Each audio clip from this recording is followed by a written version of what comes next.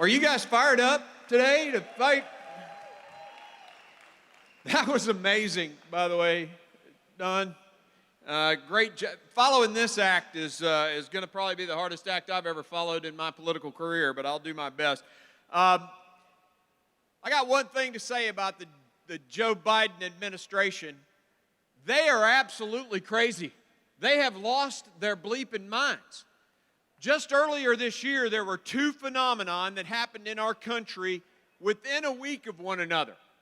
Joe Biden gave his State of the Union address where he actually said fossil fuels would no longer be used in 10 years. About the stupidest thing I've ever heard, right? Just a few days before that, a Chinese spy balloon traversed the United States, filmed 23 military installations, including Oak Ridge National Laboratory in Knoxville. Now, one of those is full of hot air and a threat to national security. The other one was shot down over the waters of South Carolina.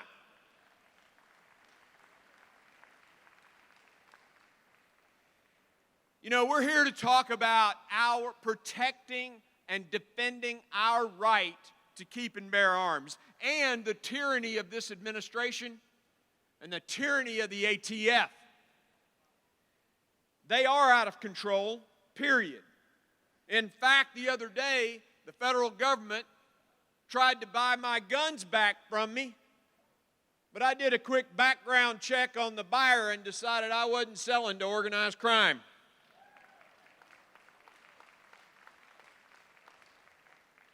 It's an absolute pleasure to be here. I love the TFA. I appreciate you guys all being here. I worked with the TFA as a state senator for 6 years. I work with them now in Congress for about 4 years.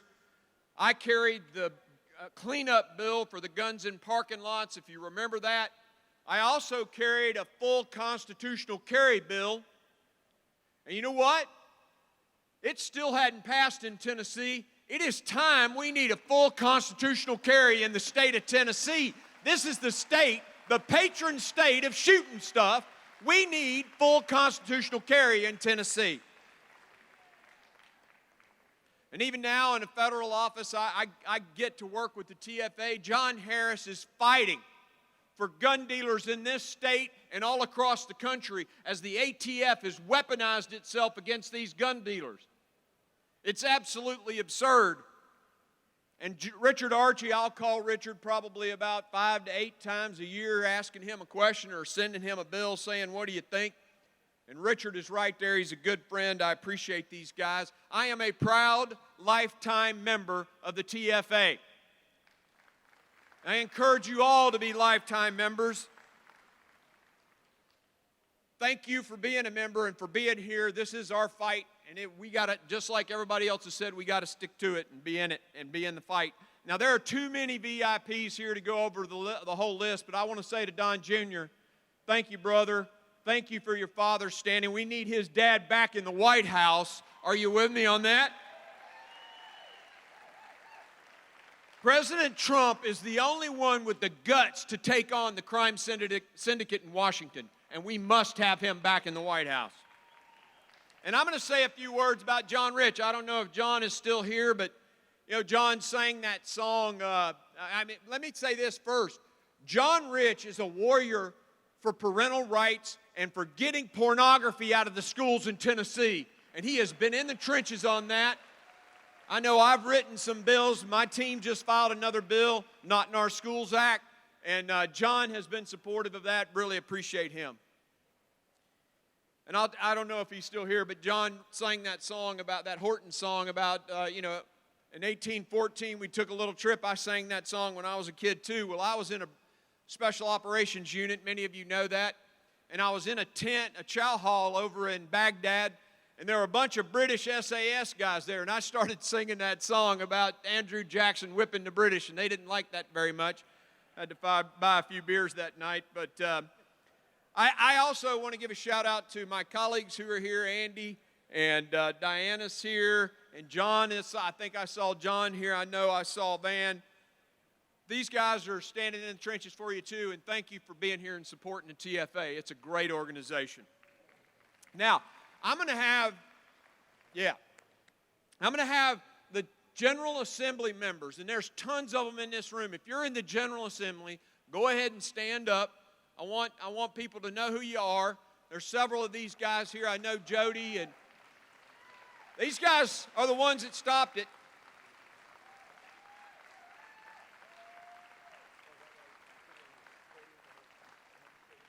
Thanks, guys, for your service to our state.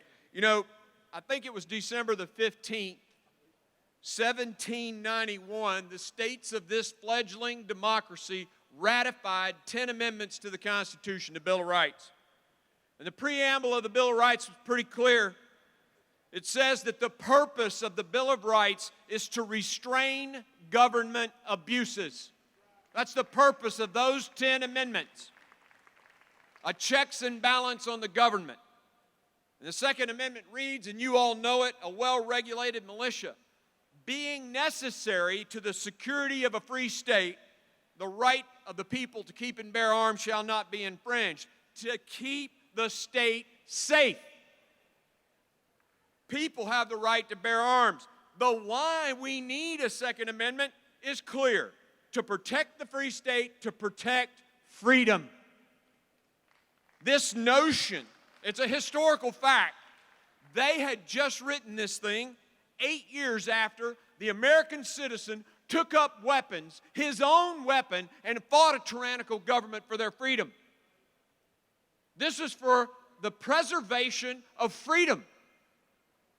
This idea that you don't need a 10-round magazine to hunt deer misses the whole point of the Second Amendment.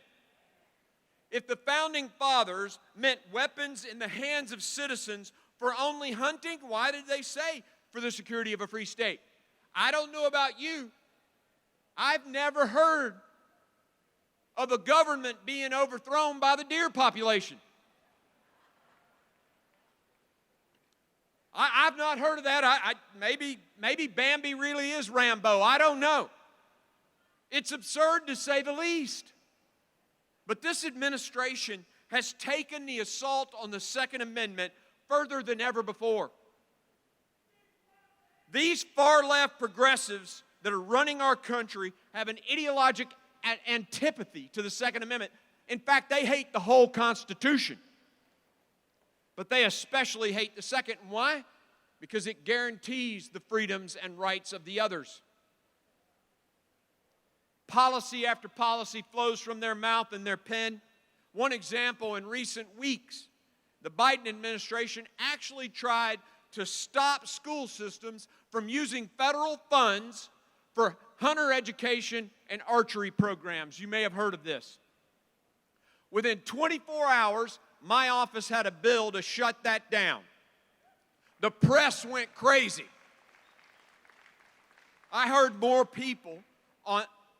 from more people on this than I've heard about just about anything. Alaska, Maine, Texas, they all called our office.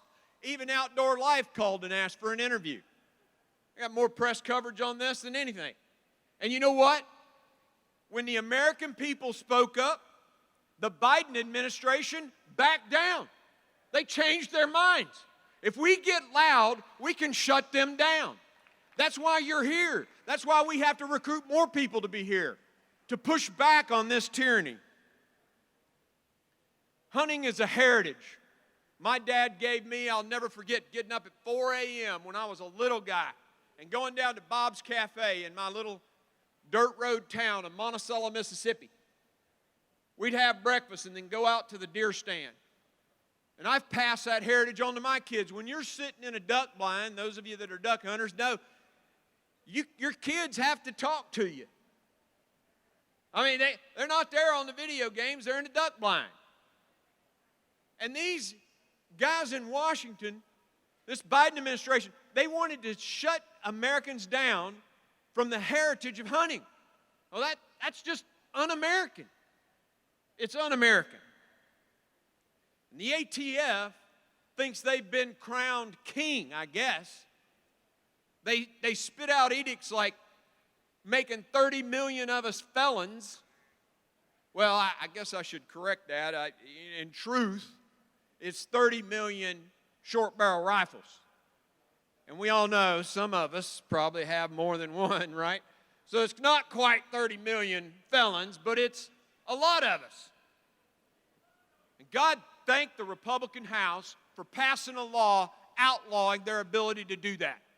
And if the Senate could had the guts to actually vote on it and understood the Constitution, we could get that law passed. And the assault on gun dealers is insane.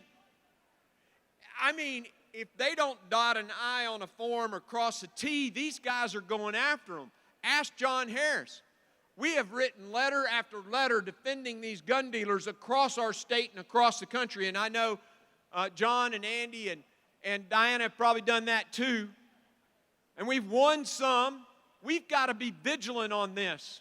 They are leveraging the entire government one at a time on our gun dealers to take away our rights. We have to stand up and fight this. Honestly, the thing that really needs to be outlawed is the ATF.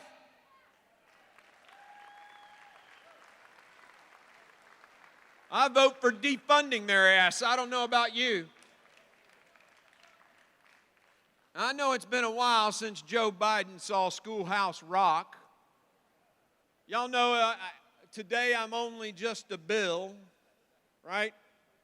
Well, I got a message for Joe Biden. Mr. President, it is the Congress that passes the laws in this country, not your ATF, not your DOE, not your waters of the... And let me just say about red flag laws, thank God the Tennessee State Senate said no to that whole session.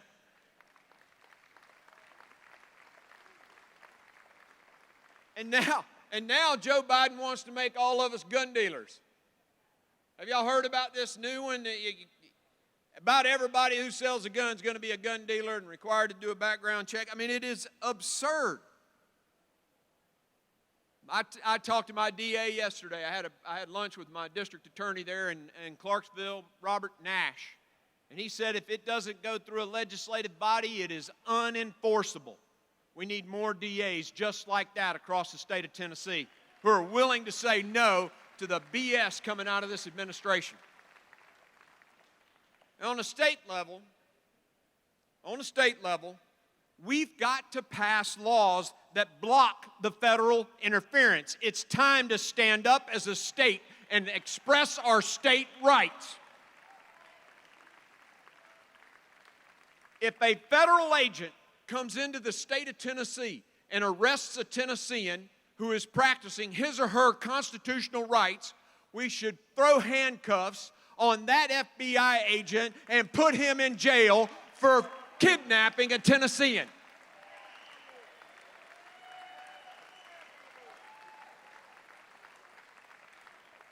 You know, the good guy, the crazies in Washington, they don't know the good guy from the bad guy. They street violent criminals, then they go after law-abiding citizens' guns. They cut deals with Iran. They aid and abet the Mexican drug cartels. They leave American citizens behind enemy lines in Afghanistan and then prosecute a president for stating his opinion. And while we're at it, I just want to say, if we don't elect Donald Trump as president in the next term, I fear what's next for the country.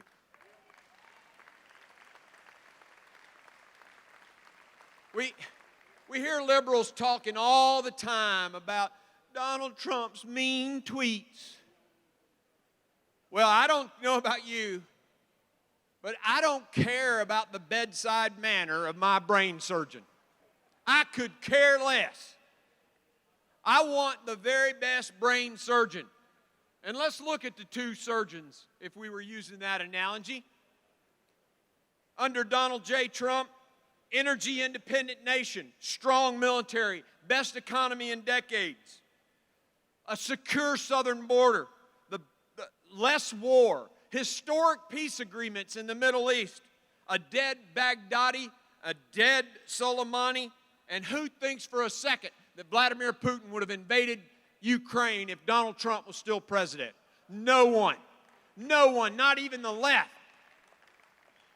Instead, we've got the worst economy we've had in decades. Chinese nationals coming across the southern border, many with ties to the PLA. Hundreds of thousands of dead Americans to fentanyl, $40 billion in profits to the drug cartels. The invasion of Ukraine, a retreat from Afghanistan, forcing pornography on our students in schools, stuffing this LGBTQ stuff down their throats. I mean, if you wanted to design a plan to destroy America, you wouldn't do it any differently. President Trump will stop central bank digital currency. President Trump will stop FedNow. President Trump will rebuild our military. He will end this woke crap that is killing recruiting across this country. He will shut the southern border. And the question is, and every speaker today has posed this same issue, and I know I'm preaching to the choir because you're here, but the question is, how bad do you want freedom? How bad do you want it? And it reminds me of a story when I was in Ranger School. Now let me tee this up for the non-military guys in the room. Ranger School is a leadership school. It's to teach you how to lead under stress, and so they starve you to death. I started at 185 pounds and ended at 150. They feed you very little, and they work you all day, and you get very little sleep, and it's about a 55-day course. And we had just parachuted into Utah, proving ground. It was knee-deep snow. We're in the mountains of that high desert, and a bizarre and beautiful phenomenon happened, a blizzard with lightning. So it was snowing, and yet the lightning was everywhere. And the ranger instructor made the decision that it was unsafe for us to remain in the field, and so he came up to us and said, "Who's carrying the radio?" And I sheepishly raised my hand, and he said, "Okay, Ranger, I want you to go up on the top of that hill and raise the long whip antenna and radio back to the rear for help." And I said, "Okay, Sergeant, I just want to make sure I got this. You want me to go up on top of that hill and raise that long whip metallic antenna in this lightning storm and radio for safety?" And he said, "Yeah, Ranger, and if you do it, I'll give you an extra MRE. I said, "I'll be right back." How bad do we want it? How much is this freedom worth to you? David in the Psalms talks about a deer panting for the Word of God like a deer pants for water in a desert. Our freedom, how bad do you want it? What are you willing to sacrifice? I raised my hand. Those veterans in this room raised their hand and were willing to give their life for this country. Let's raise some money to win. Let's put up more door signs. Let's knock more doors. Let's make more phone calls. Let's get in the game. Again, I know I'm preaching to the choir, but let's recruit more people. Let's double the size of this event next year. And let's make sure that we don't lose this precious gift that men and women have died to protect. Right now, manning a post for our freedom in a foreign land is a soldier with a pack on his back or her back and a M4 rifle in their hand. They deserve a commander-in-chief worthy of their sacrifice. Let's do everything we can to make sure that happens. God bless you guys. God bless the TFA. God bless Tennessee. And God bless America.